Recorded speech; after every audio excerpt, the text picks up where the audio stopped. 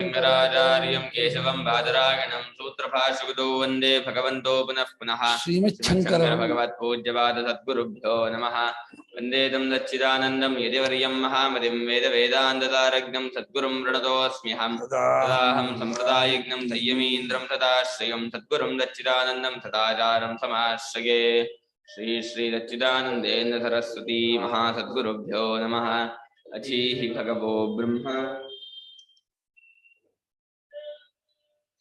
551 ಭಾಷ್ಯ ಅಲ್ವಾ? ತಮ್ ಏವ ಮುಕ್ತವಂತಂ ಹ ಉವಾಚ. ತಮೇವ ಮುಕ್ತವಂತಂ ಹ ಉವಾಚ.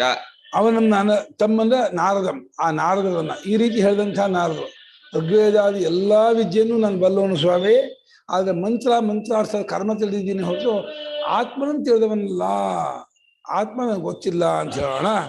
ಅವಾಗ ಅದಕ್ಕೆ ಈ ರೀತಿ ಶಾಂತಕುಮಾರ್ ಹೇಳ್ತಿದ್ದಾರೆ, ಯದ್ವೈಕಿಂಚ ಏತದ್ ಅಧ್ಯಗೀಷ್ಠಾಃ ಯದ್ವೈಕಿಂಚ ಏತದ್ ಅಧ್ಯಗೀಷ್ಠಾಃ ಅಧೀತವಾನಸಿ ಅಧ್ಯಯನೇನ ತದರ್ಥಜ್ಞಾನಂ ಉಪಲಕ್ಷ್ಯತೆ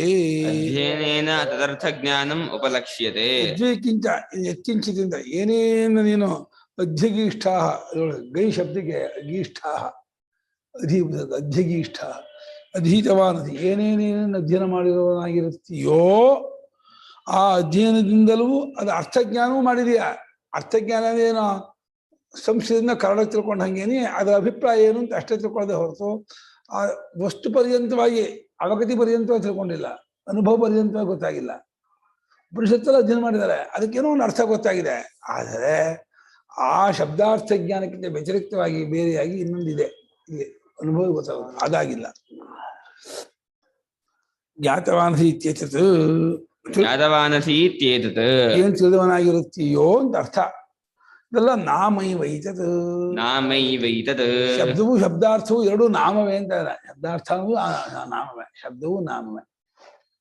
ಅಷ್ಟು ನಾಮ ಮಾತ್ರವೇ ಹೊರತು ಶಬ್ದ ಪ್ರಪಂಚದಲ್ಲಿ ಇದೆಯೇ ಹೊರತು ಶಬ್ದ ಪ್ರಪಂಚಾತೀತವಾಗಿ ಏನೂ ಅರ್ಥವನಾಗಿಲ್ಲ ಅಂತ ಅಂದ್ಬಿಟ್ರು. ಎಲ್ಲಕ್ಕೂ ಶ್ರೀಕಾರ ಹಾಕ್ಬಿಟ್ರು. ಸಂಸ್ಕುಮಾರರು ಇಷ್ಟೇ ನೀನು ಅರ್ತಿದ್ದು ನಾಮ ಮಾತ್ರ ಅಂದ್ರು. ನಾಮ ಅಲ್ಲ ಏನಾಯ್ತು, ವಾಚಾರಂಭಣಂ ವಿಕಾರೋ ನಾಮಧೇಯಂ ಇತಿ ಶ್ರುತೇ.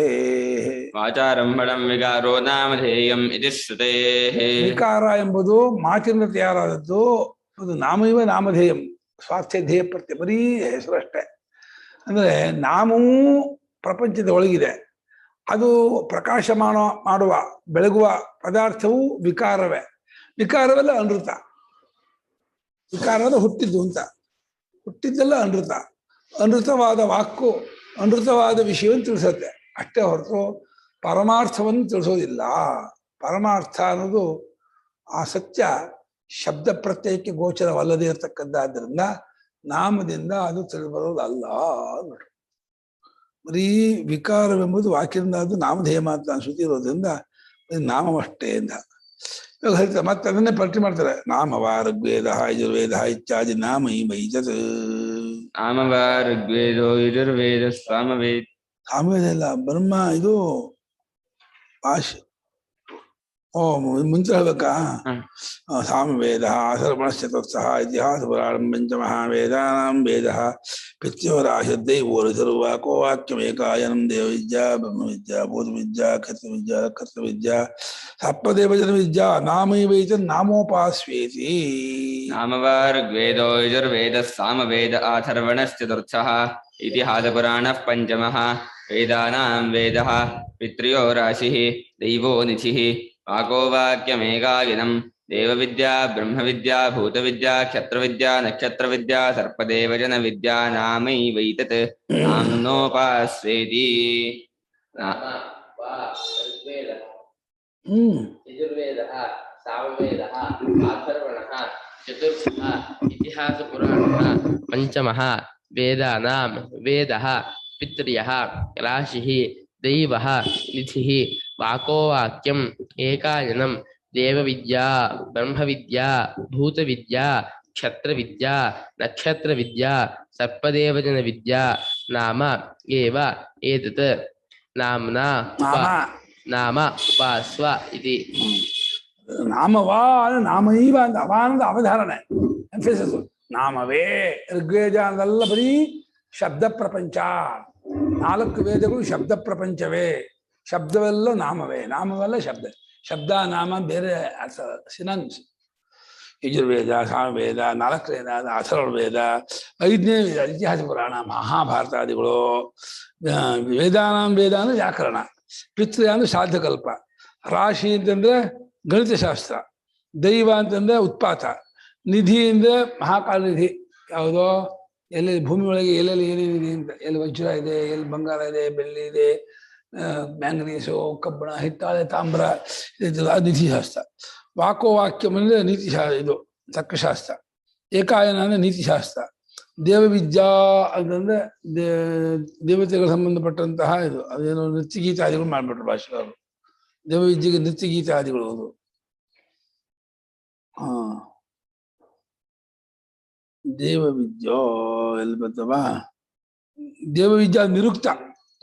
ಏಕಾಯನ ಅಂದ್ರೆ ನೀತಿಶಾಸ್ತ್ರ, ದೇವವಿದ್ಯಾ ನಿರುಕ್ತ.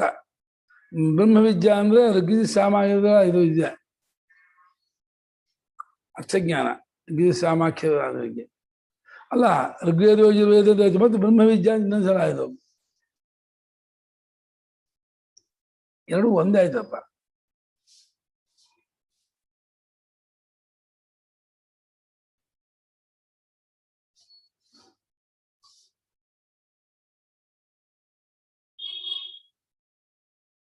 ಆಮೇಲೆ ಬ್ರಹ್ಮವಿದ್ಯಾ ಶಿಕ್ಷಾಕಲ್ಪ ವ್ಯಾಕರಣ ಮಾಡಿಬಿಟ್ಟಿದ್ದಾರೆ ಅದಕ್ಕೆ. ಬ್ರಹ್ಮವಿದ್ಯಾ, ಭೂತವಿದ್ಯಾ, ಪ್ರಾಣಿ ಸಂಬದ್ಧವಾದ ವಿದ್ಯೆ ಭೂತಶಾಸ್ತ್ರ. ನಕ್ಷತ್ರ ವಿದ್ಯಾ ಅಂದ್ರೆ ಧನುರ್ವೇದ ವಿದ್ಯೆ, ನಕ್ಷತ್ರ ವಿದ್ಯಾ ಅಂದ್ರೆ ಜ್ಯೋತಿಷಾಸ್ತ್ರ, ಸರ್ಪದೇವಜನ ಅಂದ್ರೆ ಗರುಡ ವಿದ್ಯಾ, ದೇವಜನ ವಿದ್ಯಾ ಅಂದ್ರೆ ಇದು ಗಂಧಯುಕ್ತಿ ಇತ್ಯಾದಿ ಮಾಡುವಂಥದ್ದು. ಎಷ್ಟು ನಾಮವೇ, ನಾಮಕ್ಕಿಂತ ಯಾವುದು ಬೇರೆ ಇಲ್ಲ. ಏನೇನೇ ಎಷ್ಟು ವಿದ್ಯೆ ಇದು, 64 ವಿದ್ಯೆಯು ನಾಮ ಮಾತ್ರವೇ ಹೊರತು ನಾಮಕ್ಕಿಂತ ಬೇರೆ ಇಲ್ಲ. ಯಾರು ನಾಮವನ್ನ ಬ್ರಹ್ಮಾಂತ ನಾಮ ಉಪಾಸನೆ ಅಂದ್ಬಿಟ್ರು, ಈ ನಾಮವನ್ನೇ ಬ್ರಹ್ಮಾಂತ ಉಪಾಸನೆ ಮಾಡು. ಬ್ರಹ್ಮ ಶಬ್ದಕ್ಕೆ ದೊಡ್ಡದು ಅಂತ ಅರ್ಥ. ಯಾವುದು ವ್ಯಾಪಕವೋ, ಯಾವುದು ಅನಂತವೋ ಅಪರಿಚ್ಛಿನ್ನವೋ ಅದು ಬ್ರಹ್ಮ. ನಾಮವು ವ್ಯಾಪಕವಾಗಿದೆ, ಇಡೀ ಜಗತ್ತೆಲ್ಲ ತುಂಬಿಕೊಂಡಿದೆ. ನಾಮ ಆಗಿರೋದ್ರಿಂದ ನಾಮ ತುಂಬಾ ದೊಡ್ಡದು. ಆ ನಾಮವನ್ನ ಬ್ರಹ್ಮ ಅಂತ ಹೇಳಿ ಶಾಲಿಗ್ರಾಮದಲ್ಲಿ ವಿಷ್ಣು ಬುದ್ಧಿ ಮಾಡುವ ಹಾಗೇನೆ ಪ್ರತೀಕೋಪಾಸನೆ ಇದು. ನಾಮವನ್ನು ಬ್ರಹ್ಮ ಅಂತ ಉಪಾಸನೆ ಮಾಡು ಅಂತ. ಎಲ್ಲಾ ನಾಮದಲ್ಲೂ ಬ್ರಹ್ಮತ್ವ ಬುದ್ಧಿನ ಇಟ್ಕೊಂಡ್ರೆ ಯಾವ ನಾಮದಲ್ಲೂ ಇವನಿಗೆ ರಾಗದ್ವೇಷ ಬರೋದಿಲ್ಲ. ಒಂದು ಚೆನ್ನಾಗಿದೆ, ಒಂದು ಚೆನ್ನಾಗಿಲ್ಲ, ಒಂದು ಅನುಕೂಲ, ಒಂದು ಪ್ರತಿಕೂಲ, ಒಂದು ಬೇಕು, ಒಂದು ಬೇಡ, ಇದೆಲ್ಲ ಈ ಬುದ್ಧಿ ಬರೋಲ್ಲ. ಎಲ್ಲಾ ನಾಮವನ್ನು ನಾಮ ಬ್ರಹ್ಮೋಪಾಸಕ, ತ್ಯಾಗರಾಜರು ನಾಮ ಬ್ರಹ್ಮೋಪಾಸಕರು ಅಂತ ಹೇಳ್ತಾರೆ, ಸಂಗೀತ ಬ್ರಹ್ಮೋಪಾಸಕರು ಅಂತ. ನಾಮ ಬ್ರಹ್ಮೋಪಾಸಕರಿಗೆ ಒಳ್ಳೆ ಉತ್ತಮವಾದ ಗತಿಯಾಗುತ್ತೆ.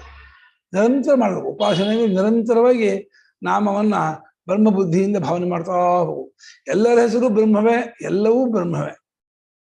ಏನೇನು ಜಗತ್ತಲ್ಲಿ ಇರೋದು ಎಲ್ಲ ನಾಮವೇ. ನಾಮವೆಲ್ಲ ಇವು ಜಗತ್ತು ತುಂಬಾ ದೊಡ್ಡದಾದ್ರಿಂದ ಅದೆಲ್ಲವನ್ನು ಹೇಳುವಂತಹ ನಾಮವು ದೊಡ್ಡದಾದ್ರಿಂದ, ದೊಡ್ಡದಾಗಿರೋದು ಬ್ರಹ್ಮ ಅಂತ ಹೆಸರಾದ್ರಿಂದ ನಾಮವನ್ನು ಬ್ರಹ್ಮ ಅಂತ ಉಪಾಸನೆ ಮಾಡು ದರ್ಶ. ಯಾಕೆ ಗುರುಗಳೇ ನಾರದ್ರು ಬಂದಿದ್ದು ಇದು ದೇವ್ರು ರಿಯಲೈಸ್ ಆಗ್ಬೇಕು ಅಂತ ಇಲ್ಲಿ ಅಲ್ಲ, ಉಪಾಸನ ಅಂತ ನಾರದ್ರ ನೆಪವಾಗಿಟ್ಕೊಂಡು ನಮ್ಗೆ ಹೇಳ್ತಿದ್ದಾರೆ, ನೀವು ಈ ಲೆವೆಲ್ ಇದ್ರೆ ನೀವು ನಾಮ ಬ್ರಹ್ಮೋಪಾಸನೆ ಮಾಡಿ ಅಂತ. ನಾರದರು ಮುಖ್ಯ ಅಲ್ಲ ಇಲ್ಲಿ. ನಾರದರ ನಾರದ ಸಾಂಸ್ಕೃತಿಕ ನೆಪದಿಂದ ಶ್ರುತಿ ನಮಗೆ ತತ್ವನ ಹೇಳಕ್ಕೋಸ್ಕರವಾಗಿ ಉಪಾಯ ಮಾಡ್ಕೊಳ್ತಾ ಇದೆ. ನಾರದ್ರ ಮುಂದೆ ಬರುತ್ತೆ ಭೂಮಿ ವಿದ್ಯೆ ಬರುತ್ತೆ, ಎಲ್ಲ ಪ್ರಾಣೋಪಾಸನೆ ಆದ್ಮೇಲೆ ಬರುತ್ತೆ. ಅದು ನಮಗೂ ಬರೀ ನಾರದ್ರಿಗೆ ಮಾತ್ರ ಅಲ್ಲ. ಆದ್ರೆ ನಾರದರು ಆಲ್ಮೋಸ್ಟ್ ಮೇಲ್ಮಟ್ಟಕ್ಕೆ ಬಂದ್ಬಿಟ್ಟಿದ್ದಾರೆ. ಆದ್ರೆ ನಾರದರ ಮಟ್ಟಕ್ಕೆ ನಾವು ಏರೋದಕ್ಕೆ ನಾವು ಕೂಡ ಈ ನಾಮ ಬ್ರಹ್ಮೋಪಾಸನೆ, ವಾಗ್ ಬ್ರಹ್ಮೋಪಾಸನೆ, ಚಿತ್ತ ಬ್ರಹ್ಮ, ಸ್ಪರ ಬ್ರಹ್ಮ, ಸಂಕಲ್ಪ ಬ್ರಹ್ಮ, ಧ್ಯಾನ ಬ್ರಹ್ಮ ಮಾಡ್ತಾ ಹೋಗ್ಬೇಕು.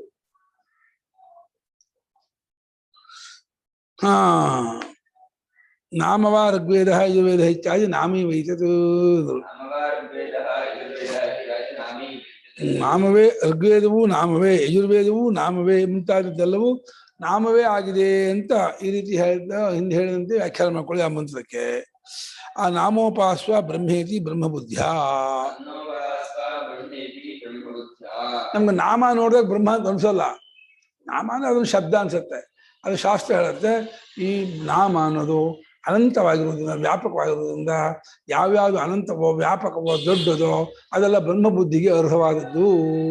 ಆದರೆ ನಾಮವು ದೊಡ್ಡದಾದ್ದರಿಂದ ನಾಮವನ್ನು ಬ್ರಹ್ಮ ಅಂತ ಭಾವನೆ ಮಾಡು.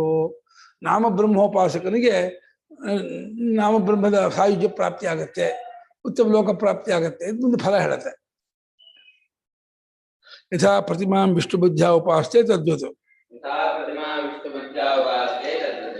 ಹೇಗೆ ಒಂದು ವಿಷ್ಣು ಪ್ರತಿಮೆಯನ್ನು, ದೇವಿ ಪ್ರತಿಮೆಯನ್ನು, ರಾಮನ ಪ್ರತಿಮೆಯನ್ನು ಪರಮಾತ್ಮನ ಉಪಾಸನೆ ಮಾಡ್ತಾರೋ ಅದೇ ರೀತಿ ಎಲ್ಲ ನಾಮವೂ ಪರಮಾತ್ಮ ರೂಪ, ಪರಮಾತ್ಮ ಸ್ವರೂಪ, ಪರಮಾತ್ಮವೇ ಆಗಿದೆ.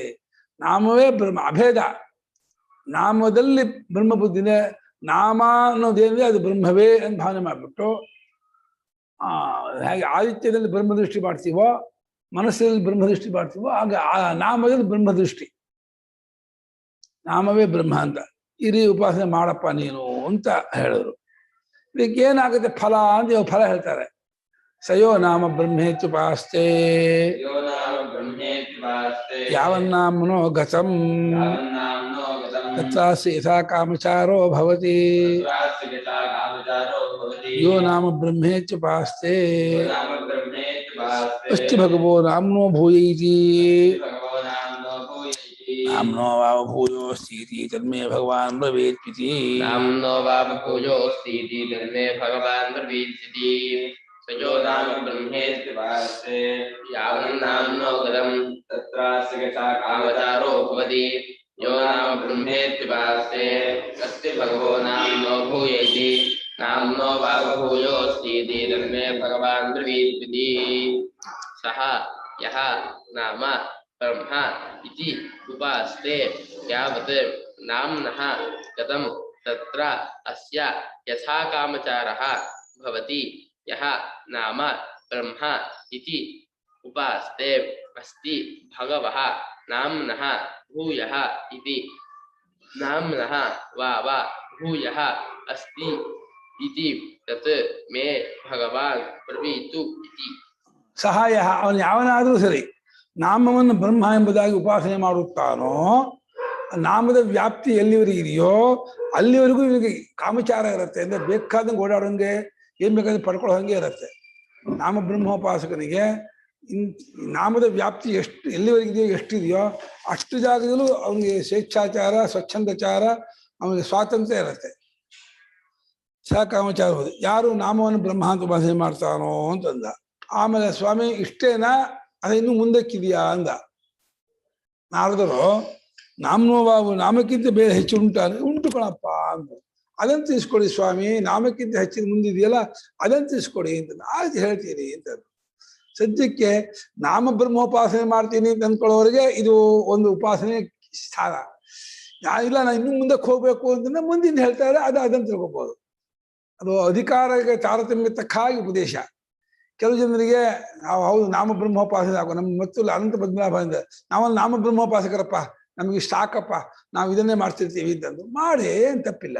ನಾಮ ಬ್ರಹ್ಮೋಪಾಸನೆ ಮಾಡೋದು ಶಾಸ್ತ್ರಸಮ್ಮತವೇ, ಉತ್ತಮ ಫಲ ಪ್ರಾಪ್ತಿಗೆ ಕಾರಣ, ಉತ್ತಮ ಲೋಕ ಪ್ರಾಪ್ತಿಗೆ ಆಗತ್ತೆ. ಒಂದೊಂದ್ಸತಿ ಅಷ್ಟೊಂದು ದಾರಿಗಳು ತೋರ್ಸೋದಕ್ಕಿಂತ ಒಂದೇ ಒಂದು ದಾರಿ ತೋರಿಸ್ಬಿಟ್ರಿ ಸುಲಭ. ಹಂಗಲ್ವಾ, ನೀವು ಬದುಕಿದೆ ಬಿಲ್ಗೇಟ್ಸ್ ಆಗಿ ಬದುಕಬೇಕು, ಇಲ್ಲ ಸಾಯ್ಬೇಕು ಅಂತ ಅನ್ನೋಕ್ಕಾಗತ್ತಾ? ಪರವಾಗಿಲ್ಲ, ಬದುಕಿದೆ ಬಿಲ್ಗೇಟ್ಸ್ ಆಗಿ ಬದುಕಬೇಕು, ಇಲ್ಲದ್ದು ಸಾಯ್ಬೇಕು. ಏನಂತಾರೆ, ಆತ್ಮನ್ ರಿಯಲೈಸ್ ಮಾಡ್ಬೇಕು ಅಂದ್ರೆ ಒಂದೇ ಒಂದ್ ಮಾರ್ಗ ಇದೆ. ಎಲ್ರಿಗೂ ಬೇಕಿಲ್ಲ ಆತ್ಮ ರಿಯಲೈಸು. ಎಷ್ಟೋ ಜನಕ್ಕೆ ಭೋಗ ಬೇಕು, ಎಷ್ಟೋ ಜನಕ್ಕೆ ಉತ್ತಮ ಲೋಕ ಬೇಕು. ಅಲ್ಲ, ಇಲ್ಲಿ ನಾರದ್ರು ಕೇಳಿದ ಅದು ಒಂದೇ, ಅದಕ್ಕೆ ಮತ್ತೆ ಉಪಾಸನೆ ಹೇಳ್ಕೊಂಡು ಹೋದ್ರೆ ಅಲ್ಲ, ನಾರದ್ರು ಕೇಳಿದ್ದು ಅದಾದರೂ ಪ್ರಶ್ನೆ ಅಷ್ಟೇ ಆದ್ರೂ ಆ ಪ್ರಶ್ನೆಗೆ ಸಂಬಂಧಪಟ್ಟದ್ದು ಅಷ್ಟನ್ನು ಹೇಳ್ಬಿಟ್ಟು ಹೇಳ್ತೀನಿ ಅಂತ ಹೊರಟಿದ್ದಾರೆ. ಯಾಕಂದ್ರೆ ಇದು ಯೂನಿವರ್ಸಲ್ ಆಗಿ ಹೇಳ್ಬಿಟ್ರೆ ಮತ್ತೆ ಇದನ್ನ ಹೇಳಿಲ್ಲ ಅದನ್ನ ಹೇಳಿಲ್ಲ ಅಂತ ಬರಬಾರ್ದು ಅಂತ ಹೇಳಿ ಇದಕ್ಕೆ ಯಾರ್ಯಾರು ಯಾವ್ಯಾವ ಅಧಿಕಾರದವರಾಗಿದ್ದಾರೋ ಮಟ್ಟದವರಾಗಿದ್ದಾರೋ ಅವರವ್ರನ್ನ ಚೂಸ್ ಮಾಡಿಕೊಂಡು ಆ ಕ್ರಮವಾಗಿ ಅವ್ರ ಮೇಲೆ ಏರ್ಬೋದು. ಅದು ಒಂದು ಇದು ಸೋಪಾನ ಕ್ರಮವಾಯಿತು. ಈ ಕ್ರಮದಿಂದ ಉಪಾಸನೆ ಮಾಡ್ತಾ ಮಾಡ್ತಾ ಮೇಲೆ ಹೋಗೋದು. ಇನ್ನು ಉತ್ತಮಾಧಿಕಾರಿಗೆ ಭೂಮ ವಿದ್ಯೆ ಅಂತ ಶುರು ಮಾಡ್ತಾರೆ ಕೊನೆಗೆ. ಅಲ್ಲ, ಚಾಪ್ಟರ್ 1 to 5 ಬರೀ ಉಪಾಸನೆ ಹೇಳಿದಾರ ಆಗ್ಲೇ. ಅದನ್ನ ಈ ಶ್ರುತಿಗೆ ಹೇಗಾದ್ರೂ ತಿಳಿಸ್ಕೊಡೋದು ಮುಖ್ಯ. ತಿಳಿಸ್ಕೊಡುವಾಗ ಉಪಾಸನೆ ಸಾಧನೆ ಬೇರೆ ಎಲ್ಲವನ್ನೂ ಹೇಳ್ಕೊಂಡು ಹೋಗುತ್ತೆ. ಯಾರ್ಯಾರು ಎಷ್ಟು ಸಾಧನೆ ಅಳವಟ್ಟಿದೆಯೋ ಅವ್ರು ಮುಂದಕ್ಕೆ ಹೋಗ್ಬೇಕು, ಯಾವ್ದು ಅಳವಡಿಸ್ಕೊಂಡಿಲ್ವೋ ಅದು ಅಲ್ಲಿಂದ ಶುರು ಮಾಡ್ಕೋಬೇಕಾಗತ್ತೆ. ಒಟ್ಟು ಎಲ್ಲರಿಗೂ ಅಪ್ಲೈ ಆಗುವ ಹಾಗೆ ಹೇಳತ್ತೆ ಹೊರತು ಕೇವಲ ಬರೀ ನಾರದ್ ಮಾತ್ರ ಇಟ್ಕೊಂಡು ಹೇಳಲ್ಲ ಶ್ರುತಿ. ನಾರದ್ ನೆಪ ಮಾಡಿಕೊಂಡು ನಮ್ಮ ಭೂಲೋಕದಲ್ಲಿ ಎಷ್ಟು ತರಹ ಜನರು, ಎಷ್ಟು ಲೆವೆಲ್ನವರಿದ್ದಾರೆ, ಯಾವ ಮಟ್ಟ ಆಯಾ ಮಟ್ಟದವರಿಗೆ ತಕ್ಕ ಹಾಗೆ ಉಪದೇಶ ಮಾಡ್ಕೊಂಡು ಎಲ್ಲರನ್ನೂ ಎತ್ತಬೇಕು ಅಂತ ಶ್ರುತಿಯ ಒಂದು ಉದ್ದೇಶ. ಎಲ್ಲರ ಮೇಲೂ ಕಾರುಣ್ಯ ತೋರಿಸ್ಬೇಕು, ಅನುಗ್ರಹ ಮಾಡಬೇಕು, ಎಲ್ಲರಿಗೂ ಒಂದು ಆಪ್ಷನ್ ಇರಬೇಕು. ಇಲ್ಲ ನೀವು ಬದುಕಿದ್ರೆ ಬಿಲ್ಗೇಟ್ಸ್ ಆಗಿ ಬದುಕಿದ್ರೆ ಇದು ಸತ್ತೋಗಿದ್ ಬಿಟ್ರೆ ಹೆಂಗಾಗತ್ತೆ? ನಾವು ನಮ್ಮ ಮಟ್ಟ ಬದುಕ್ತೀವಪ್ಪ, ನಮ್ಮ ಐಶ್ವರ್ಯ ತಕ್ಕ ನಾವು ಬದುಕೋತೀವಿ.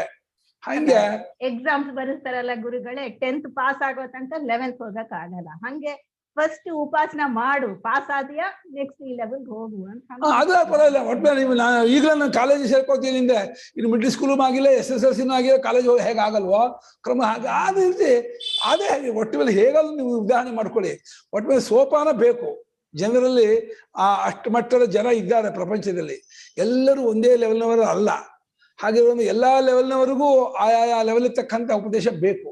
ಅದಕ್ಕೆ ಶ್ರುತಿ ನಾಮದಲ್ಲಿ ಈಗ ಸಂಗೀತಗಾರರಿಗೆಲ್ಲ ಸಂಗೀತ ಅಂದ್ರೆ ಬಹಳ ಪ್ರಾಣ. ಅವರ ಒಂದು ನಾಮ ಬ್ರಹ್ಮೋಪಾಸಕರು ಅಂತ ಹೇಳ್ಬೋದು. ಅದು ಪರಮಾತ್ಮನನ್ನ ಆ ಮೂಲಕ ಅವರು ಆರಾಧನೆ ಮಾಡ್ತಿದ್ರೆ ನಾಮ ಬ್ರಹ್ಮೋಪಾಸಕರು ಅಂತ ತಗೋಬಹುದು. ಆಡಿಸಿ ತಿಳಿಸೋದ ಜಗದೋದ್ಧಾರ ಹೇಳಿದ್ರು, ಅಲ್ಲಿ ನೋಡಿದ್ರು ರಾಮ, ಇಲ್ಲಿ ನೋಡಿದ್ರು, ಯಾವ ಭಜನೆ ಮಾಡ್ಲಿ ಎಲ್ಲವೂ ನಾಮ ಬ್ರಹ್ಮವೇ. ಅದು ಭಕ್ತಿ ಆಯ್ತು. ಅಲ್ಲ, ಭಕ್ತಿ ಅನ್ನೋದು ಒಳಗಿನ ಇದು ಪ್ರತ್ಯಯ, ಅದು ವ್ಯಕ್ತವಾಗೋದು ನಾಮ ತಾನೆ. ಭಕ್ತಿ ವ್ಯಕ್ತವಾಗೋಲ್ಲ. ಭಕ್ತಿ ಇರೋದು ಅಂತಃಕರಣದ ವೃತ್ತಿ. ಅದು ಪ್ರೇಮ ವೃತ್ತಿ, ಪ್ರೇಮಾಕಾರ ವೃತ್ತಿ. ಅದು ಎಕ್ಸ್ಪ್ರೆಸ್ ಆಗೋದು ನಾಮದ ಮೂಲಕ. ಕೆಲವು ಜನರಿಗೆ ವೇದಾಧ್ಯಯನ ಮಾಡೋದೇ ಸರ್ವಸ್ವ ಅಂತಾರೆ, ಕೆಲವು ಜನ ಯಜ್ಞ ಮಾಡೋದೇ ಸರ್ವಸ್ವ ಅಂತಾರೆ, ಕೆಲವು ಜನರಿಗೆ ಬರೀ ಧರ್ಮಶಾಸ್ತ್ರ ಓದ್ಕೊಂಡಿರ್ತೀನಿ ಅದೇ ಸಾಕು ಅಂತಾರೆ, ಕೆಲವು ಜನ ನೀನು ಒಬ್ಬೊಬ್ಬರಲ್ಲೂ ಒಂದೊಂಥರ ಮೆಂಟಾಲಿಟಿ ಇದೆ. ಏನು ಮಾಡೋಕ್ಕಾಗಲ್ಲ ಪ್ರಪಂಚದಲ್ಲಿ. ನೀವು ಎಲ್ಲರೂ ಇದಕ್ಕೆ ಬರಬೇಕು ಅಂತ ಆಗ್ರಹ ಮಾಡೋಕ್ಕಾಗಲ್ಲ. ಆಗತ್ತೆ. ಸಯಸ್ತು ನಾಮ ಬ್ರಹ್ಮೇತಿ ಉಪಾಸ್ತೆ ತಸ್ಯ ಯತ್ ಫಲಂ ಭವತಿ ತಚ್ಛೃಣು.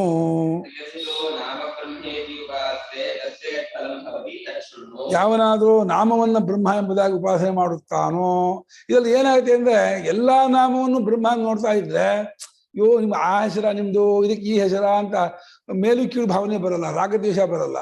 ಆಮೇಲೆ ಮನುಷ್ಯನಿಗೆ ಎಲ್ಲವೂ ನಾಮದಲ್ಲಿ ಅಡಕಿದೆ ಅನ್ನೋ ಯುಕ್ತಿ ಇದೆ. ಗಡಿಗೆ ಅನ್ನೋದು ನಾಮವೇ, ಚಾಪೆ ಅನ್ನೋದು ನಾಮವೇ. ಸುಮ್ಮನೆ ಅದು ವಸ್ತು ಇಲ್ವೇ ಇಲ್ಲ. ಹೆಸರಿಗೆ ವಸ್ತು ನಾವು ಅಂತಿದೀವಿ ಹೊರತು ಹೆಸರು ಬಿಟ್ಟು ವಸ್ತು ಇಲ್ಲ ಅಂತ ಸ್ಪಷ್ಟವಾಗಿ ಗೊತ್ತಾಗ್ತಾ ಇದೆ. ಯಾವ್ದು ನೋಡು ಇದಕ್ಕೆ ಶರೀರ ಅಂತ ಒಂದು ಹೆಸರೇ ಹೊರತು ಇದು ಯಾಕೆ ಶರೀರ, ಹೇಗೆ ಶರೀರ ಅಂತ ಕೇಳಿದ್ರೆ ಅದಕ್ಕೆ ಉತ್ತರ ಇಲ್ಲ. ಸುಮ್ಮನೆ ಇಟ್ಕೊಂಡಿದೀವಿ, ಇದಕ್ಕೆ ಶರೀರ ಅಂತ ಹೆಸರು, ಇದಕ್ಕೆ ಪುಸ್ತಕ ಅಂತ ಹೆಸರು, ಇದಕ್ಕೆ ಚಾಪೆ ಇಟ್ಕೊಂಡಿದೀವಿ ಹೊರತು ಎಲ್ಲ ನಾಮ ಮಾತ್ರ ಆಯ್ತು. ಎಲ್ಲ ಅಭಿಧೇಯವು ಅಭಿಧಾನ ತಂತ್ರ, ಅಭಿಧಾನ ಅಧೀನ ಗೊತ್ತಾಗೋದು. ಹಾಗಾಗಿ ಅಭಿಧಾನದ ವ್ಯಾಪ್ತಿ ತುಂಬ ದೊಡ್ಡದಾಗಿದೆ, ವ್ಯಾಪಕವಾಗಿದೆ. ಆ ವ್ಯಾಪಕವಾಗಿರುವ ದೊಡ್ಡದಾಗಿರ್ತಕ್ಕದ್ದನ್ನ ಬ್ರಹ್ಮದೃಷ್ಟಿಯಿಂದ ಭಾವನೆ ಮಾಡಿಬಿಟ್ರೆ ವಿಶೇಷವಾದ ಫಲವಾಗತ್ತೆ. ಪರಮಾತ್ಮ ಭಾವ ಕೊಟ್ಬಿಟ್ರೆ ಅದಕ್ಕೆ ದೊಡ್ಡದಾಗಿರುವ ವ್ಯಾಪಕವಾಗಿರುವ ನಾಮಕ್ಕೆ ಅದು ಬ್ರಹ್ಮರೂಪ ಅಂತ ಭಾವನೆ ಮಾಡಿದರೆ ಅದಕ್ಕೆ ತುಂಬ ಪ್ರಸನ್ನವಾಗಿ ನಮಗೆ ಏನೇನು ಇಷ್ಟಾರ್ಥವೋ ಲೌಕಿಕವಾಗಿ ಇಷ್ಟಾರ್ಥವೂ ಈಡೇರುತ್ತೆ, ಚಿತ್ತಶುದ್ಧಿಯೂ ಆಗತ್ತೆ, ಮುಂದಿನ ಹಂತಕ್ಕೆ ಹೋಗೋದಕ್ಕೆ ಯೋಗ್ಯತೆ ಬರುತ್ತೆ, ಎಲ್ಲ ರೀತಿಯಿಂದಲೂ ಹೆಲ್ಪ್ ಆಗತ್ತೆ. ಅದು ಯಾವನ್ ನಾಮ್ನೋಗತಂ ನಾಮ್ನೋ ಗೋಚರಂ ತತ್ ತಸ್ಮಿನ್ ನಾಮ ವಿಷಯೇ ತಸ್ಯ ಯಥಾ ಕಾಮಚಾರಃ ಕಾಮಚರಣಂ ರಾಜ್ಞೈವ ಸ್ವವಿಷಯೇ ಭವತಿ.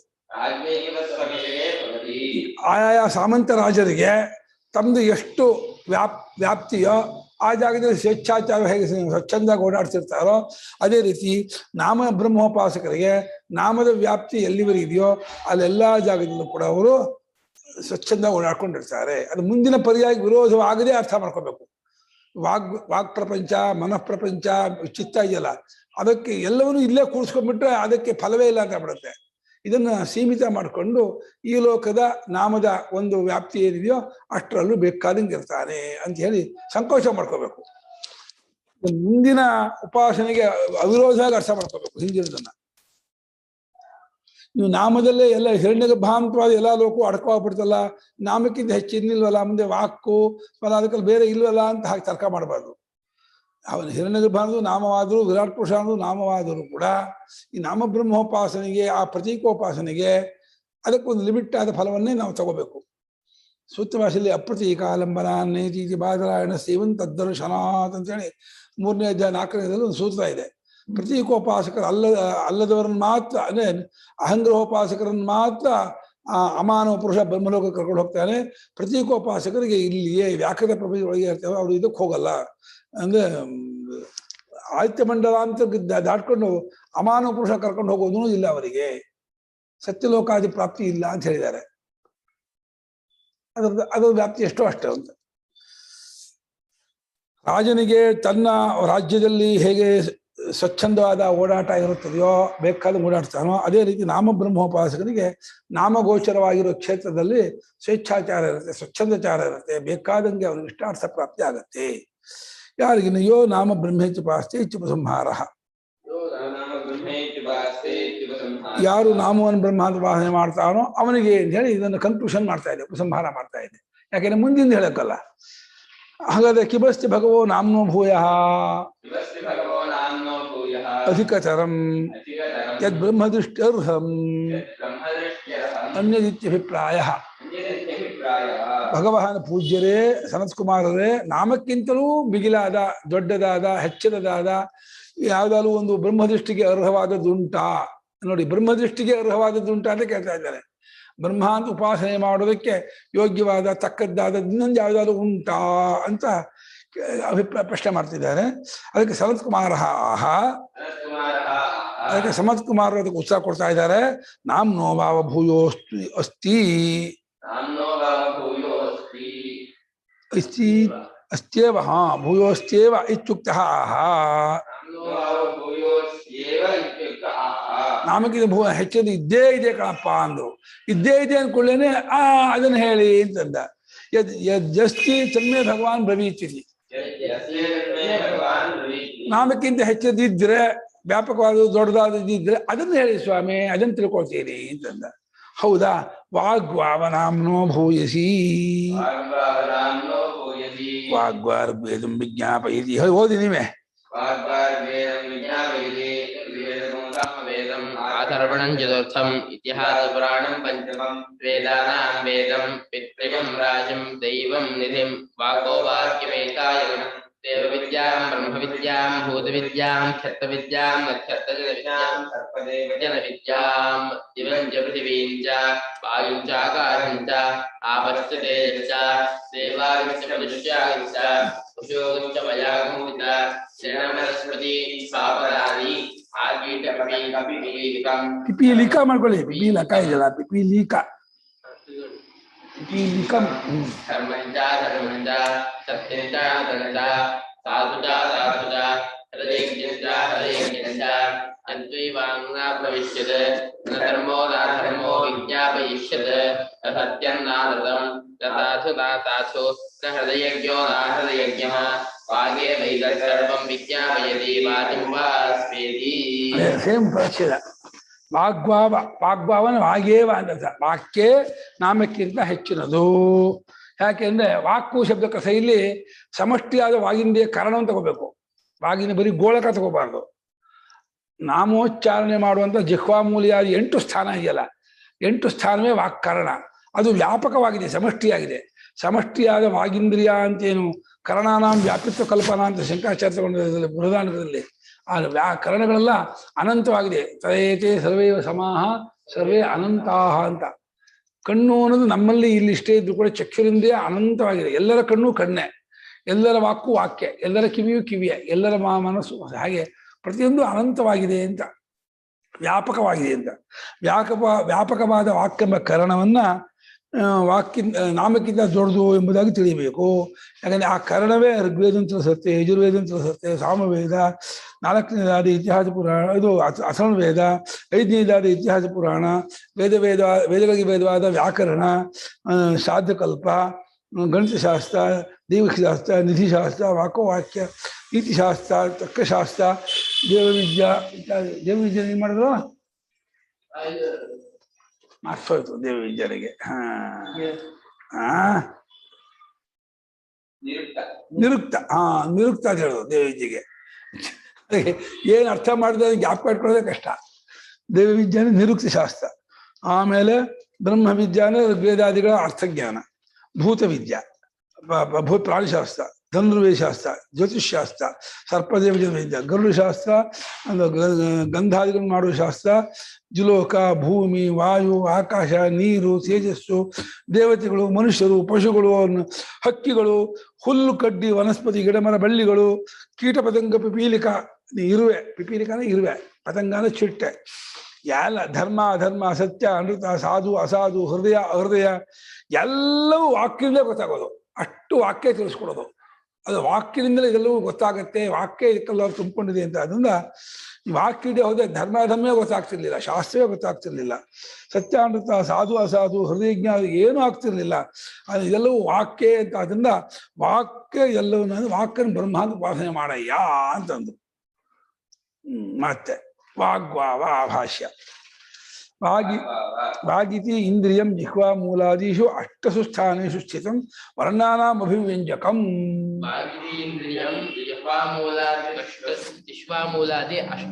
ಅಷ್ಟಸು ಸ್ಥಾನೇಷು ಸ್ಥಿತಂ ವಾಕು ಅಂದ್ರೆ ಬರೀ ಗೌಳಕಾಲ ಹೊರಗಿನ ತಗೋಬೇಡಿ. ಆ ಜಿಹ್ವಾ ಮೂಲ ಅಂತ ನಾಲಿಗೆ ಬುಡ ಇದೆ, ಅಲ್ಲಿಂದ ಅಕುಹ ವಿಸರ್ಜನೀಯಾನ ಕಂಠ, ಅಕಾರಕ್ಕೆ, ಕವರ್ಗಕ್ಕೆ, ಹಕಾರಕ್ಕೆ ಕಂಠಸ್ಥಾನ, ಇಚು ಯಶಾನ ಅಂತಾಲು, ಇಕಾರಕ್ಕೆ, ಚವರ್ಗಕ್ಕೆ, ಯಕಾರ ಶಕಾರಗೆ ತಾಲು ಉಪಯೋಗಿಸ್ಕೊಳ್ತೀವಿ. ಚ ಚ ಜ ಜ ಅಂತ ಋಟು ರಸಾಣ ರಕಾರ, ಟವರ್ಗ, ಮತ್ತೆ ಶಕಾರ, ಅಟ್ಟಕ್ಕೆ ತಾಗಿಸ್ತೀವಿ ನಾಲಿಗೆನ. ಟಾಟ್ ಟಾಟ್ ಡಾಟ್ ಡಾಟ್ ಡಾಟ್ ಅಟ್ಟಕ್ಕೆ ತಾಲು ಅದದ್ದು. ಋತುಲ ಸಹನ ಅಂದ ಲಕಾರ, ಅಲ್ಲು ತವರ್ಗ ತಥಾದ ಸಾ, ಅದಕ್ಕೂ ದಂತಕ್ಕೆ ತಾಕಿಸ್ಕೊಳ್ತೇವೆ ನಾಲಿಗೆ. ಈಚು ಆಮೇಲೆ ಸಹನ ಅಂದಂತ ಏದೋತೋ ಕಂಠೋಷ್ಠಂ ಮಕಾರ, ಮಕಾರಸ ದಂತೋಷ್ಠಂ ಮಾ ಗರ್ಗೆ. ಹೀಗೆ 8 ಸ್ಥಾನವನ್ನು ಗೊತ್ತು ಮಾಡಿದ್ದಾರೆ. ಯಾವುದು ತಾಲವ್ಯಾದಿ, ಜಿಹ್ವಾಮೂಲಾದಿ, ಜಿಹ್ವಾಮೂಲವೇ ಮುಂತಾದ ಒಟ್ಟು 42 ಅಕ್ಷರಗಳು ಕೂಡ ಈ 8 ಸ್ಥಾನಗಳಲ್ಲಿ ಅಭಿವ್ಯಕ್ತವಾಗತ್ತೆ. ಆ ಸ್ಥಾನಗಳಲ್ಲಿ ಇದ್ದುಕೊಂಡಂತಹ ವರ್ಣಗಳನ್ನೆಲ್ಲ ಅಭಿವ್ಯಕ್ತಿ ಪಡಿಸುವ ಅಂದರೆ ತೋರ್ಪಡಿಸುವಂತಹ ಒಂದು ಕಾರಣ ಇನ್ಸ್ಟ್ರೂಮೆಂಟು. ನಾವು ಎಲ್ಲವನ್ನೂ ಬಾಯಲ್ಲಿ ಹೇಳ್ತೀವಿ ಅಂತೀವಿ, ಬಾಯಲ್ಲಿ ಹೇಳ್ತೀವಿ ಅನ್ನೋ ಸಾಮಾನ್ಯವಾದರೂ ಒಂದೊಂದು ಅಕ್ಷರಕ್ಕೆ ಅಲ್ಲಲ್ಲೇ ಬರಬೇಕು. ಶರಸ್ವತಿಯಿಂದ ತಪ್ಪಾಗತ್ತೆ. ಹಾಗೆ ಸಂಕರ ಅಂದ್ಬಿಟ್ರೆ ಶಂಕರಗೆ ಸಂಕರ ಅಂದ್ರೆ ತಪ್ಪಾಗತ್ತೆ. ಶಂಕರಗೆ ಶಾಗೆ ಶಕಾರ ಶಾನ ತಾಲುವೆ ಬರಬೇಕು. ಸಕಾರಕ್ಕೆ ದಂತ ಬರಬೇಕು. ಅದಕ್ಕೆ ದಂತ ಸಂಬಂಧ ಆಗಬೇಕು, ತಾಲುವಿಯ ಸಂಬಂಧ ಆಗಬೇಕು, ಮೂರ್ಧನ್ಯ ಸಂಬಂಧ ಆಗಬೇಕು ಅಂತ ಹೇಳಿ ಆಯಾ ಪಾಣಿನಿಗಳು ಆಯಾ ಅಕ್ಷರಗಳನ್ನು ಇಲ್ಲಿ ಜಾಗದಲ್ಲೇ ಉಚ್ಚಾರಣೆ ಆಗಬೇಕು ಅಂತ ಹೇಳಿದ್ದಾರೆ. ಯಾವ ಕಾರಣ 8 ಸ್ಥಾನಗಳಿಂದ 42 ಅಕ್ಷರಗಳನ್ನು ಉಚ್ಚಾರಣೆ ಮಾಡುತ್ತದೆಯೋ ಆ ಕಾರಣವನ್ನು ಇಲ್ಲಿ ವಾಕು ಅಂತ ಹೇಳ್ತಾ ಇದೆ. ಆ ಕಾರಣವು ಸಮಷ್ಟಿಯಾಗಿದೆ. ಆ ಕಾರಣಕ್ಕೆ ಅಗ್ನಿಯೇ ದೇವತೆ, ಅಗ್ನಿದೇವತಾಕವಾಗಿ ಅಗ್ನಿದೇವತಾ ಅನುಗ್ರಹದಿಂದ ಆ ಕಾರಣ ವ್ಯಾಪಾರ ಮಾಡುತ್ತೆ. ಹಾಗಾದ್ರಿಂದ ಆ ಒಂದು ವಾಕ್ ಇದೆಯಲ್ಲ ಅದು ಎಲ್ಲವನ್ನೂ ತಿಳಿಸುತ್ತೆ, ಎಲ್ಲವನ್ನೂ ವ್ಯಾಪಿಸ್ಕೊಂಡಿದೆ, ನಾಮವನ್ನೆಲ್ಲ ತುಂಬಿಕೊಂಡಿದೆ. ಅಂದ್ರೆ ಆ ವಾಕನ್ನು ಬ್ರಹ್ಮಾಂತ ಉಪಾಸನೆ ಮಾಡಯ್ಯ. ವರ್ಣಾಶ್ಚ ನಾಮ ಇತಿ ನಾಮ್ನೋ ವಾಗ್ಭೂಯಸಿ ಇತ್ಯುಚ್ಯತೆ. ವರ್ಣಾಶ್ಚ ನಾಮ ಇತಿ, ಎಲ್ಲಾ ಅಕ್ಷರಗಳು ನಾಮವೇ. ಯಾವ ಹೆಸರಿನಲ್ಲೂ ಅಕ್ಷರವಿಲ್ಲದೇ ಇಲ್ಲ. ಒಟ್ಟು 42 ಅಕ್ಷರದಲ್ಲಿಯೇ ಇಡೀ ಆ ಭಾಷೆ ಎಲ್ಲಾ ಪದವೂ ಅಡಕವಾಯಿತು. ಇಂಗ್ಲಿಷಲ್ಲಿ ಹೇಗೆ 26 ಅಕ್ಷರದಲ್ಲಿಯೇ ಇಡೀ ಇಂಗ್ಲಿಷ್ ಭಾಷೆಯ ಎಲ್ಲಾ ಪದಗಳು ಅಡಕವಾಗುತ್ತೋ, 26 ಅಕ್ಷರದಲ್ಲಿ ಅದೇ ಹಿಂದಿ ಎಷ್ಟೇ ಕಾಂಬಿನೇಷನ್ ಮಾಡಿ ಏನೇನೇ ಮಾಡಿ 26 ಅಕ್ಷರದಲ್ಲೇ ಇಡೀ ಅಷ್ಟು ವೊಕಾಬುಲರಿ ಅಡಕವಾಗುತ್ತೆ. ಈಗ ಸಂಸ್ಕೃತದಲ್ಲಿ 42 ಅಕ್ಷರ ಇಟ್ಕೊಂಡಿದ್ದಾರೆ. ಆ 42 ಅಕ್ಷರಗಳಲ್ಲಿ ಇಡೀ ಸಂಸ್ಕೃತ ಭಾಷೆಯೆಲ್ಲ ಅಡಕವಾಗುತ್ತೆ. ಕನ್ನಡದಲ್ಲಿ 57 ಇಟ್ಕೊಂಡಿದ್ದಾರೆ. ಇಲ್ಲಿ ಖ್ಯಾತ ಜ್ಞಾನ ಬೇರೆ ಮಾಡ್ಕೊಂಡಿದ್ದಾರೆ, ಮಹಾಲ ಬೇರೆ ಮಾಡ್ಕೊಂಡಿದ್ದಾರೆ. ಮಾಡ್ಕೋದು ಏನಂತೆ, ಎಲ್ಲ ವರ್ಣಗಳು ನಾಮವೇ, ನಾಮವು ವಾಕ್ಯಕ್ಕಿಂತ ದೊಡ್ಡದಾಗಿದೆ ಅಂತ ಯುಕ್ತಿ ಕೊಡ್ತಾ ಇದ್ದಾರೆ. ಕಾರ್ಯಾಧಿ ಕಾರಣಂ ಭೂಯೋ ದೃಷ್ಟಂ ಲೋಕೆ. ವಾಕು ಕಾರಣ, ನಾಮ ಕಾರ್ಯ. ಕಾರ್ಯಕ್ಕಿಂತ ಕಾರಣ ದೊಡ್ಡದು, ಗಡಿಗೆಗಿಂತ ಮಣ್ಣು ದೊಡ್ಡದು, ಬಟ್ಟೆಗಿಂತ ಹತ್ತಿ ದೊಡ್ಡದು, ಹಾಗೆ ಆಭರಣಕ್ಕಿಂತ ಚಿನ್ನ ದೊಡ್ಡದು. ತಗೋಬೇಕು. ಆಮೇಲೆ ಕಾರ್ಯಕ್ಕಿಂತ ಕಾರಣ ದೊಡ್ಡದು ಅನ್ನೋದು ಲೋಕದಲ್ಲಿ ಕಂಡಿದೆ. ಆದ್ರಿಂದ ಕಾರಣವಾದ ವಾಕನ್ನ ಉಪಾಸನೆ ಮಾಡಬೇಕು ಬ್ರಹ್ಮ ಅಂತ ದೊಡ್ಡದಂತ ನಾವು ಉಪಾಸನೆ ಮಾಡಬೇಕು. ಯಥಾ ಪುತ್ರ ಪಿತ. ಈ ದೃಷ್ಟಾಂತ ಕೊಟ್ಬಿಟ್ರು.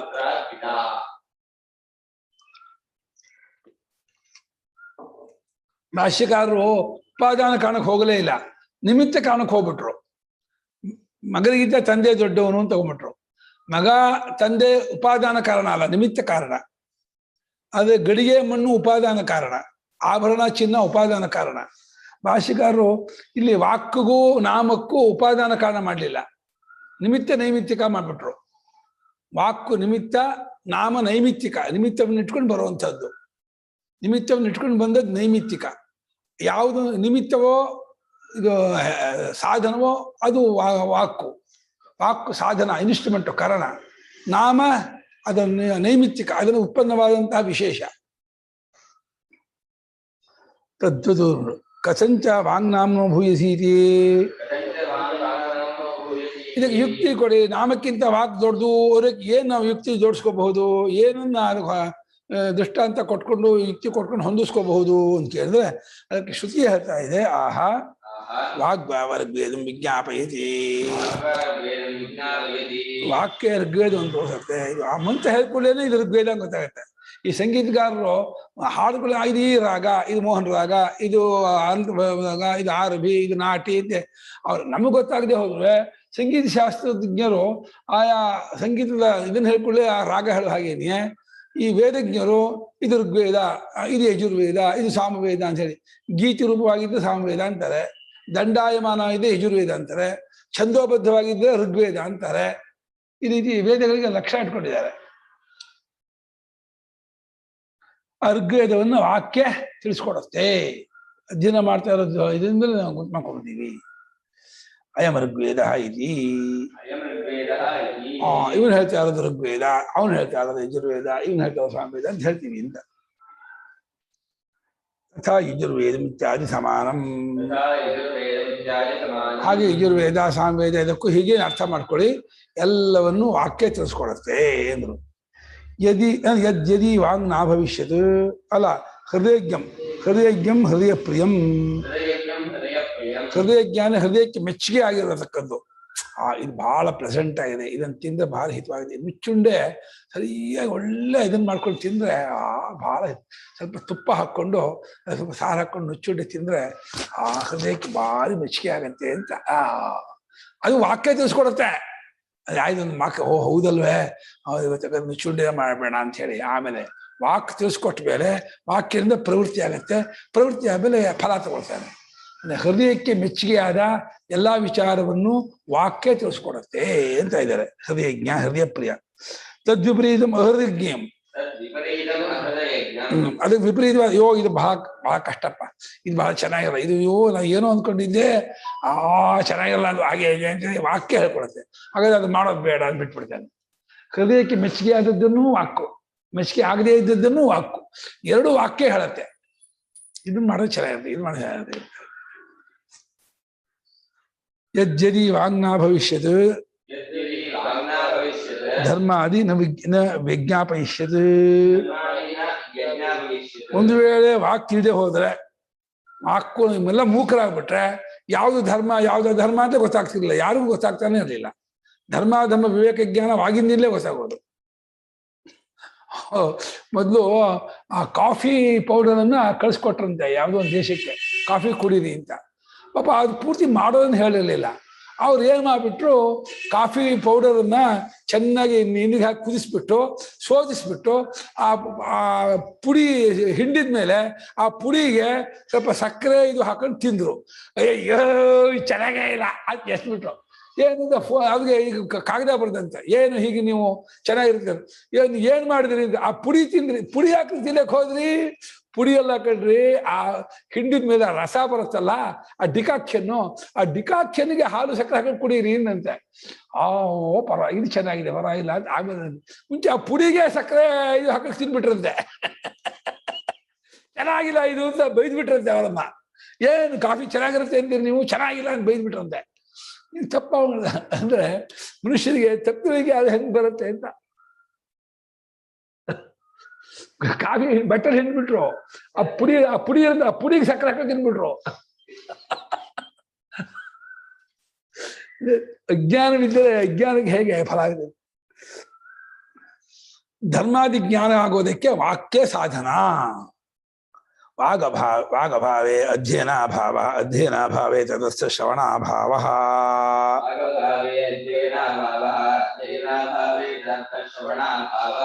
ವಾಕ್ಯ ಇಲ್ಲ, ಮೂಕ ಅಂದ್ರೆ ವೇದಾಧ್ಯಯನವೇ ಆಗಲ್ಲ. ವೇದಾಧ್ಯಯನವಿಲ್ಲ ಅಂದ್ರೆ ಅದು ಅರ್ಥಜ್ಞಾನವೂ ಆಗಲ್ಲ. ಅರ್ಥಜ್ಞಾನ ಆಗಲ್ಲ, ಧರ್ಮ ಗೊತ್ತಾಗಲ್ಲ, ಪುರುಷಾರ್ಥ ಆಗಲ್ಲ, ಯಜ್ಞ ಆಗೋದು ಮಾಡೋಕ್ಕಾಗಲ್ಲ, ಸ್ವರ್ಗಾದಿಗಳು ಸಿಗೋಲ್ಲ.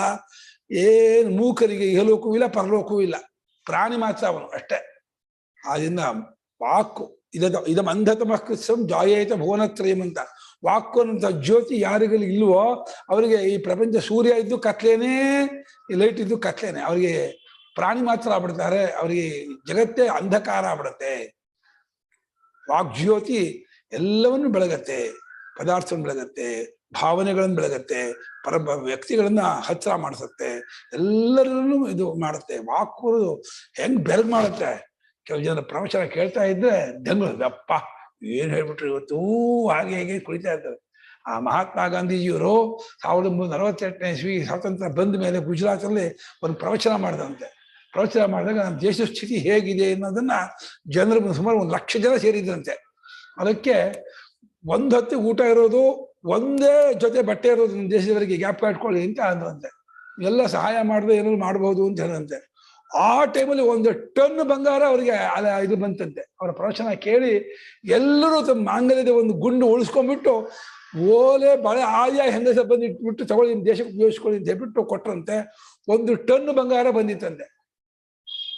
ನೋಡಿ ಅವ್ರ ಮಾತಿಗೆ ಎಷ್ಟು ಬೆಲೆ ಕೊಟ್ಟರು ಜನ ಅಂತ. ಅಷ್ಟು ಮಾತಿನ ಇದು ಶಕ್ತಿ ಅದು ಹೇಗಿರುತ್ತೆ. ಮಾತು ಆಡ್ಬಿಟ್ರೆ ಮಾತೆ ಮಾಣಿಕ್ಯ, ಮಾತೆ ಮೃತ್ಯು ಅಂತ. ಕೆಟ್ಟದಾಗಿ ಮಾತಾಡಿದ್ರೆ ಅದು ಮೃತ್ಯು ಕಾರಣವಾಗುತ್ತೆ, ಸರಿಯಾಗಿ ಮಾತಾಡಿದ್ರೆ ಮಾಣಿಕ್ಯವಾಗುತ್ತೆ. ಅದು ಮಾತಿನಲ್ಲಿ ಭಾರಿ ಎಫೆಕ್ಟ್ ಇದೆ, ಪ್ರಭಾವ ಇದೆ. ತುಂಬಾ ತರಹ ಜನರನ್ನು ಆಡಿಸುತ್ತೆ, ಇದು ಮಾಡುತ್ತೆ. ನಮ್ಮ ಕೃಷ್ಣಮೂರ್ತಿ ಮಾತಾಡ್ತಿದ್ರಲ್ಲ, ಹೆಂಗ್ ಮಾತಾಡ್ತಿದ್ರು ಅವರು, ಇವ್ರು ಸೂಪರ ಮಾತಾಡೋರು. ಅವರು ಜನರೆಲ್ಲ ಭಾರಿ ಮರಳು ಮಾಡ್ಬಿಡೋರು. ಅವರ ಭಾವುಕತೆಯಿಂದ ಅವ್ರು ಹತ್ತಿ ಬಿಟ್ರು ಅಂದ್ರೆ ಜನರೆಲ್ಲ ಕಣ್ಣು ಬಿಡ್ತಿದ್ರು. ಬಹಳ ಒಂದೇ ಟ್ಯಾಲೆಂಟ್ ಇತ್ತು ಅವರಿಗೆ, ಸೂಪರ್ ಆಗಿ ಮಾತಾಡ್ತಿದ್ರು. ವಾಕ್ಯ ಋಗ್ವೇದವನ್ನು ತಿಳಿಸದ ಮಾಗಿಡಿ ಹೋದ್ರೆ ಧರ್ಮಾದಿಗಳ ಜ್ಞಾನವಾಗುತ್ತಿರ್ಲಿಲ್ಲ, ಆ ಅಧ್ಯಯನವಾಗುತ್ತಿರ್ಲಿಲ್ಲ, ಅದು ಅರ್ಥ ಶ್ರವಣವೂ ಆಗೋಲ್ಲ. ತತ್ ಶ್ರವಣಾಭಾವೇ ಧರ್ಮಾದಿನ ವಿಜ್ಞಾಪಯಿಷ್ಯತ್. ವೇದವಿಲ್ಲ, ವೇದಾರ್ಥವಿಲ್ಲ, ಒಂದು ಗೊತ್ತಾಗಿಲ್ಲ ಅಂತ ಅಂದ್ರೆ ಧರ್ಮಾದಿಗಳು ಗೊತ್ತಾಗೋದಿಲ್ಲ, ಧರ್ಮಾಧರ್ಮ ವಿವೇಕವೇ ಆಗೋಲ್ಲ. ಪ್ರಾಣಿ ಆಗ್ಬಿಡ್ತಾನೆ. ಆಹಾರ ನಿದ್ರಾ ಭಯ ಮೈಥುನಾನಿ ಸಾಮಾನ್ಯಮೇತತ್ ಪಶುಭಿಂ ನರಾಣಾಂ. ಮಕ್ಕಳಾಗೋದು, ಊಟ ಮಾಡೋದು, ನಿದ್ದೆ ಮಾಡೋದು ಯಾವ ಪ್ರಾಣಿ ಮಾಡಲ್ಲ? ಎಲ್ಲ ಪ್ರಾಣಿ ಮಾಡ್ತಿದೆ. ಮನುಷ್ಯನು ಅಷ್ಟೇ ಆಗ್ಬಿಡ್ತಾನೆ, ತಿಂತಾನೆ, ಮಲಗ್ತಾನೆ, ಮಕ್ಕಳೇ ದುಡಿತಾನೆ, ಏನು ವಿಶೇಷ ಆಗಲ್ಲ. ಅದಕ್ಕೆ ಧರ್ಮ ಅಂತ ಒಂದಿದ್ದು, ಆ ಧರ್ಮಕ್ಕೆ ಗತಿಯಾಗಿರ್ತಕ್ಕಂತಹ ಮೂಲ ರೂಪನಾದ ಪರಮಾತ್ಮ ಅಂತ ಒಂದು ಇದು, ಅದು ತಿಳ್ಕೊಳ್ಳೋದು ಅಂತ ಒಂದಿದ್ರೆ ಜೀವನ ಸಾರ್ಥಕ್ಯತೆ ಬರುತ್ತೆ. ಶಾಂತಿ, ಸುಖ, ನೆಮ್ಮದಿ, ಆನಂದ ಅನ್ನು ಪಡ್ಕೊಳ್ತಾರೆ. ಇದು ಹೋದ್ರೆ ಪ್ರಾಣಿಗಳಂತೆ ಬದುಕ್ಬಿಡ್ತಾರೆ. ಕಾಕೋಪಿ ಜೀವತಿ ಚಿರಾಯ ಬಲಿಂಚ ಭುಂಕೆ ಅಂತ. ಕಾಗೇನು ಕಾ ಕೂತ್ಕೊಂಡು ಮಾಡ್ಕೊಂಡು ಹೇಗೋ ಕಾಲ ಕಳೀತಾ ಇರುತ್ತೆ. ಹಂಗಾಗ್ಬಿಡ್ತಾನೆ ಮನುಷ್ಯ. ವಾಕು ಅನ್ನೋದು ಇಲ್ಲದೆ ಹೋದ್ರೆ ಬಹಳ ಕಷ್ಟ. ನ ವಿಜ್ಞಾತಂ ಅಭವಿಷ್ಯತ್ ಇತ್ಯರ್ಥ. ಧರ್ಮಾದಿಗಳ ಅರಿವು ಆಗುತ್ತಿರಲಿಲ್ಲ. ಯಾವ ಕಾರ್ಯಕಾರ್ಯ ವಿವೇಕ, ಧರ್ಮಾಧರ್ಮ ವಿವೇಕ, ಸತ್ಯಾಸತ್ಯ ವಿವೇಕ, ನಿತ್ಯಾನಿತ್ಯ ವಿವೇಕ ಯಾವುದು ವಾಕ್ಯದೇ ಹೋದ್ರೂ ಆಗೋದೇ ಇಲ್ಲ. ಎಲ್ಲವೂ ವಾಕ್ಯದಿಂದಲೇ ಇದೆಲ್ಲ ಉಂಟಾಗೋದು. ತಸ್ಮಾದ್ ವಾಗೇ ವೈತತ್ ಶಬ್ದೋಚ್ಚಾರಣೇನ ಸರ್ವಂ ವಿಜ್ಞಾಪಯತಿ. ಅದ ವಾಕ್ಯ ಶಬ್ದೋಚ್ಚಾರಣೆ ಮಾಡೋದ್ರ ಮೂಲಕ ಎಲ್ಲವನ್ನೂ ಇರುತ್ತೆ. ನಮ್ಮ ಹೊಟ್ಟೆಲಿ ಏನೋ ಒಂದು ಥರ ಆಗ್ತಾ ಇದೆ ಅಂತ ಹೇಳೋದ್ರ ಮೂಲಕ ಅವನಿಗೆ ಇಂಥದ್ದಾಗಿರ್ಬಹುದು ಅಂತ ತಿಳಿಸ್ಕೊಡುತ್ತೆ. ಅವನಿಗೆ ಹೇಳಕ್ಕಾಗ್ತಿರಲಿಲ್ಲ, ಏನೋ ಥರ ಆಗ್ತಾ ಇದೆ ಕೊಂಡು ಥರ ಸಂಕಟ ಆಗ್ತಾ ಇದೆ, ನಿಲ್ತಾ ಇದೆ ಅಂತ ಏನೇನೋ ಅದನ್ನ ಏನಾಗ್ತಾ ಇದೆ ಅಂತ ಹೇಳೋದಕ್ಕೆ ತುಂಬಾ ಟ್ರೈ ಮಾಡ್ತಾನೆ. ಅದಕ್ಕೆ ಆಪ್ಟ್ ಆದ ವರ್ಡ್ ಹುಡುಕ್ತಾನೆ, ಪದ ಸಿಗ್ತಾ ಇರಲ್ಲ. ಆ ಪದ ಸಿಗದೆ ಹೋದ್ರೆ ಅದೇನೋ ಭಾವ ತೋರಿಸಿ ಹತ್ತತ್ರ ಪದ ಆಗಿ ಒಂದು ಕಿವುಚಿದಂಗೆ ಆಗ್ತಾ ಇದೆ, ನುಲಿತಾ ಇದೆ, ಏನೋ ಸಂಕಟ ಆಗ್ತಾ ಇದೆ, ಹೇಗೋ ಒಂಥರ ಇದಾಗ್ತಾ ಇದೆ ಅಂತ ಹೇಳಿ ಹೇಗೋ ಹೇಳಿ ಹೇಳಿ ಡಾಕ್ಟ್ರಿಗೋ ಬೇರೆಯವ್ರಿಗೋ ಅರ್ಥ ಮಾಡೋಕ್ಕೆ ತುಂಬಾ ಟ್ರೈ ಮಾಡ್ತಾರೆ. ಆಮೇಲೆ ಅವರು ಹೀಗಾಗಿ ಸ್ವಲ್ಪ ವಾಮ್ ವಾಟರ್ಗೆ ಸ್ವಲ್ಪ ಬೆಣ್ಣೆ ಹಾಕೊಂಡು ಕುಡಿದು ನೋಡಿ ನಿಮ್ಗೆ ಸರಿ ಆಗ್ಬಹುದು ಅಂತಾರೆ. ಹೌದು ಕಣ್ರಿ, ಕುಡ್ಕೊಳ್ಳೆ ಸ್ವಲ್ಪ ಡೀಸೆಂಟ್ ಇವಾಗ ಸರಿ ಆಯ್ತು ಹೊಟ್ಟೆ ಅಂತ. ನೋಡಿದ್ರ ವಾಕಲ್ಲಿ ನೀವು ಹೊಟ್ಟೆ ನುಲಿತಾ ಇದೆ ಅಂತ ಹೇಳಿದ್ದಕ್ಕೆ ಒಂದಿಷ್ಟು ಬೆಣ್ಣೆನ ಸ್ವಲ್ಪ ಬಿಸಿ ನೀರು ಹಾಕೊಂಡು ಕುಡ್ಕೊಳ್ಳೇನೆ ಆ ಹೊಟ್ಟೆ ದೋಷವೆಲ್ಲ ತೆಗೆದು ಹಾಕ್ಬಿಡ್ತು. ಇವಾಗ ಆಯ್ತು ಅಂತ. ವಾಕಿಲ್ದೆ ಹೋದ್ರೆ ಪಾಪ ಪ್ರಾಣಿ ಏನ್ ಮಾಡುತ್ತೆ, ಒದ್ದಾಡುತ್ತೆ. ಆ ಪ್ರಾಣಿ ಒದ್ದಾಡೋದು ನೋಡಿ ನಾವು ಊಹೆ ಮಾಡಿ ಇದಾಗಿರ್ಬೋದು, ಡಾಕ್ಟರ್ ಕರೆಸಿ ಏನೇನು ಇಂಜೆಕ್ಷನ್ ಕೊಡಿಸಿ, ಮಾತ್ರೆ ಕೊಡಿಸಿ, ಔಷಧಿ ಕೊಡಿಸಿ ಏನೋ ಮಾಡ್ತೀವಿ. ಅದು ನಮ್ಮ ಊಹೆ ಸರಿ ಆಗತ್ತಾ ಬೇರೆ ಆಗತ್ತಾ ಗೊತ್ತಿಲ್ಲ. ಇನ್ನು ಮಾತಾಡುವ ಮನುಷ್ಯನ ಇದರ ಮೇಲೆ ತುಂಬಾ ಹತ್ತಿರವಾಗತ್ತೆ. ಆ ಕಾಲೆ ಕಸಾಲೆಗಳು ಗೊತ್ತಾಗೋದಕ್ಕೆ ತುಂಬಾ ಕ್ಲೋಸ್ ನಿಯರೆಸ್ಟ್ ಆಗತ್ತೆ. ಅದು ಮಾತು ಇಲ್ಲದೆ ಹೋದ್ರೆ ಬಹಳ ಕಷ್ಟ. ಅದೇ ಚಿಕ್ಕ ಮಕ್ಕಳಿಗೆ ಟ್ರೀಟ್ಮೆಂಟ್ ಮಾಡೋದು ತುಂಬಾ ಕಷ್ಟ. ದೊಡ್ಡವ್ರಿಗೆ ಮಾಡ್ಬಿಡ್ಬೋದು. ದೊಡ್ಡವ್ರು ಹೇಳ್ತಾರಲ್ಲ ಏನೇನು ಅಂತ ಹೇಳ್ತಾರೆ. ಮಕ್ಕಳು ಅಳ್ತಾ ಇರುತ್ತೆ, ಆ ಕಿವಿ ನೋವು, ಹೊಟ್ಟೆ ನೋವು, ಏನ್ ನೋವು ಗೊತ್ತಾಗಲ್ಲ, ಕಿವಿ ಹಿಡ್ಕೊಂಡು ಅಳ್ತಾ ಇರುತ್ತೆ. ಅದು ಪಾಪ ಮಗು ಅದೇ ಎಫೆಕ್ಟ್ ಅದೇ ಎಕ್ಸ್ಪ್ರೆಸ್ ಮಾಡುತ್ತೆ ಆಗಿರೋ ಇದನ್ನ. ಅದೇ ಅಳೋದ್ ಮೂಲಕ ಎಕ್ಸ್ಪ್ರೆಸ್ ಮಾಡುತ್ತೆ ಹೊರತು ಪದ ಮೂಲಕ ಎಕ್ಸ್ಪ್ರೆಸ್ ಮಾಡಲ್ಲ. ನಾವು ಪದಗಳ ಮೂಲಕ ಎಕ್ಸ್ಪ್ರೆಸ್ ಮಾಡೋದ್ರಿಂದ ಹೀಗಾಗಿದೆಯಾ, ಹಾಗಾದ್ರೆ ಅದಕ್ಕೆ ಇದು ಚಿಕಿತ್ಸೆ ಅಂತ ಹೇಳ್ಬಿಟ್ಟು ಈ ಚಿಕಿತ್ಸೆ ಮಾಡೋರಿಗೂ ಮಾತು ಬೇಕು, ಧರ್ಮಾಧಮ ಜ್ಞಾನಕ್ಕೂ ಮಾತು ಬೇಕು, ಲೋಕ ವ್ಯವಹಾರಕ್ಕೂ ಮಾತು ಬೇಕು. ಮಾತಿದೆ ಆದ್ರೆ ಏನೂ ಇಲ್ಲ. ಮನೆಯಲ್ಲಂತೂ ಎಲ್ಲರೂ ಮೌನ ಮಾಡ್ಬಿಟ್ರೆ, ಮಾತಾಡ್ಬಿಟ್ರೆ ಆ ಮನೆ ಇವತ್ತು ಪ್ರಶ್ನೆ ಮಾಡಿಲ್ವಲ್ಲ ಅನ್ಕೊಂಡೆ, ಬಂತಲ್ಲ ಒಂದು. ಅಲ್ಲ ಕಿವಿನೂ ಬೇಕಲ್ಲ ಕೇಳಕ್ಕೆ, ಮಾತಾಡಿದ್ರೆ ಆದ್ರೆ ಮೂಕ ಆಗ್ಬಿಟ್ರೆ ಅವನಿಗೆ ಇದಾಗೋಲ್ಲ. ಕಿವಿ ಇದ್ದು ಅದು ಹೇಗೆ ಕೇಳ್ತು ನಿಮ್ಗೆ ಗೊತ್ತಾಗೋದೇ ಇಲ್ಲ. ಕಿವಿ ಬೇಕು ನಿಜ. ಶ್ರೋತ್ರ ಬ್ರಹ್ಮ ಮುಂದೆ ಬರುತ್ತೆ, ಶ್ರೋತ್ರ ಬ್ರಹ್ಮೋಪಾಸನೆ. ಆದ್ರೆ ಸದ್ಯಕ್ಕೆ ವಾಗ್ಬ್ರಹ್ಮೋಪಾಸನೆ ತಗೋಬೇಕು.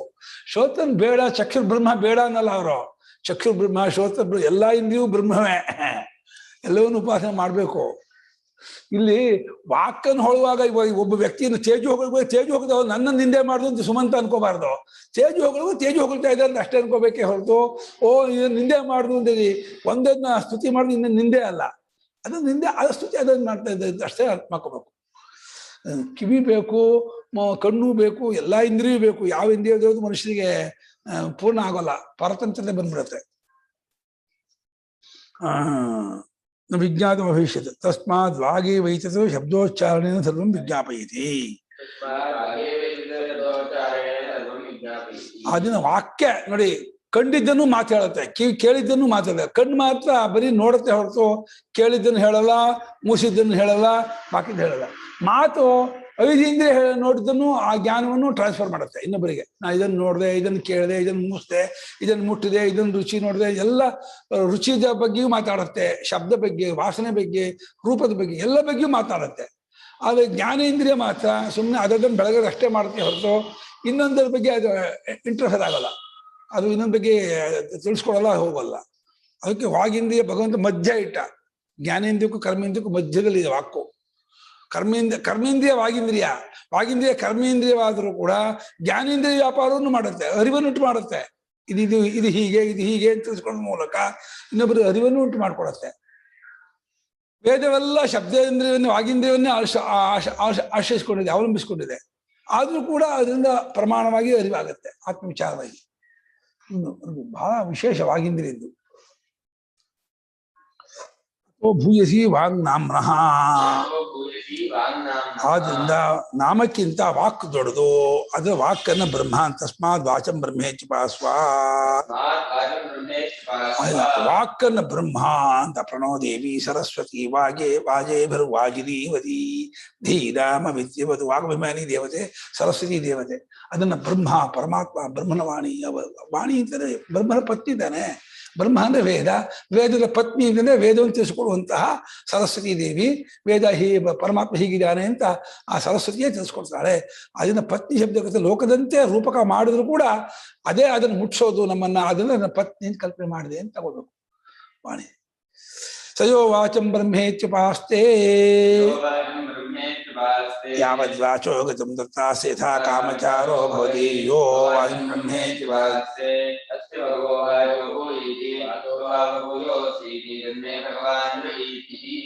ಪರಿಚಯ ಮಾಡ್ಬಿಡು. ಸಹಾಯ ವಾಚಂ ಬ್ರಹ್ಮ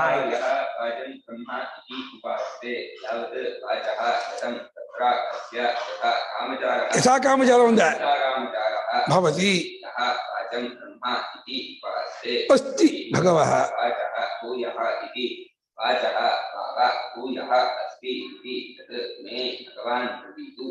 ಯಾವಾತನು ವಾಕ್ಯನ ಬ್ರಹ್ಮಾಂತ ಉಪಾಸನೆ ಮಾಡ್ತಾನೋ, ವಾಕ್ಯನ ವ್ಯಾಪ್ತಿ ಎಲ್ಲಿವರೆಗಿದೆಯೋ ಅಲ್ಲೂ ಕೂಡ ಇವನು ಯಥಾ ಕಾಮಚಾರ, ಸ್ವೇಚ್ಛಾಚಾರ, ಸ್ವಚ್ಛಂದಾಚಾರ, ಸ್ವಾತಂತ್ರ್ಯತೆ ಇವನಿಗೆ ಬರುತ್ತದೆ. ಯಾರು ವಾಕ್ಯನ ಬ್ರಹ್ಮಾಂತ ಉಪಾಸನೆ ಮಾಡ್ತಾನೋ ಅವನಿಗೆ ಈ ಫಲ ಇನ್ನು ಮುಗಿಸಿಲ್ಲ. ಪೂಜ್ಯರೇನ ಏನಪ್ಪ ಅದು ವಾಕ್ಯ ಇದು ಮುಂದಿದೆಯಾ ಇದೆಯಾ ಕಣಪ್ಪ, ಅದು ಹೇಳಿ ಸ್ವಾಮಿ. ಅಲ್ಲ ಯಾರು ಇದು ಅದು ಹೇಳಿ, ಅದನ್ನ ಹೇಳಿ, ನಾಮಕ್ಕಿಂತ ವಾಕ್ ದೊಡ್ಡದು ಹೇಳಿದಿರ, ಅದು ಅರ್ಥವಾಯ್ತು. ಮುಂದಕ್ಕೂ ಇದೆಯಾ ಮುಂದಕ್ಕೂ ಇದೆಯಾ ಕಣಪ್ಪ, ಅದನ್ನ ಹೇಳಿ. ಆಗ ನಾಳೆ ಹೇಳ್ತೀನಿ. ಇವಾಗ ಟೈಮ್ ಆಯ್ತು, 9 ಗಂಟೆ ಆಯ್ತು, ನಾಳೆ ಹೇಳ್ತೀನಿ. ಸರಿ ಆಯ್ತು. ಸಮಾನ ಮನ್ಯತು ಭಾಷ್ಯ.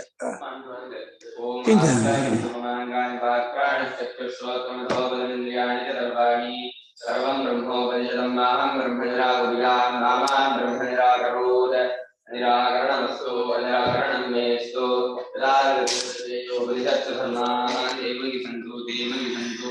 ಓಂ ಶಾಂತಿ ಶಾಂತಿ ಶಾಂತಿ.